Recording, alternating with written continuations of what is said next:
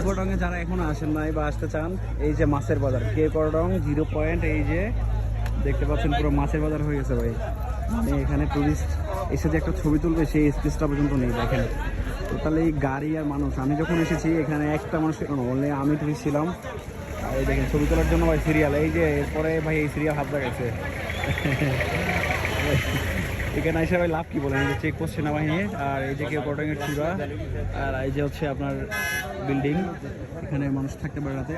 তো মানে এখানে ভাই আর থাকার ইচ্ছা নেই, আর আসার ইচ্ছা নেই। আমি হয়তো এই বছরের লাস্ট টাইম, যদি ভালো লাগে আগামী বছরে আসবো, বাট আর তাও মানে সন্দেহ।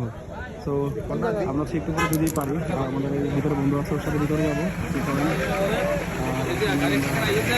দাঁড়াবোই না, একটা ছবি তুলবো না। ভাই লেখক ভাই, এখানের পরিবেশটা সকালে কেমন লাগছে আপনার? কেওক্রাডং বাংলাদেশের পরিবেশ তো এখন দ্বিতীয় উঁচু পাহাড়। এখানে বলি খেলা বলে না, বলি খেলা হয়ে গেছে এখানে। আজিম ভাই, আমি তো ভাই এখানে এসে এত মানুষ দেখে আপনার কেমন লাগছে? মনে হচ্ছে আমি কেওক্রাডং আসি না, আমি পতঙ্গা বিচে আসছি।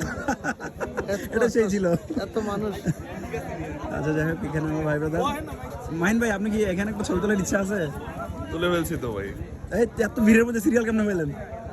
বিলের মধ্যে তুলে ফেলছি, তুলতে হবে। আচ্ছা যাই হোক, মাহিন স্যার তার জন্য স্পেশাল পারমিশন, সমস্যা নাই।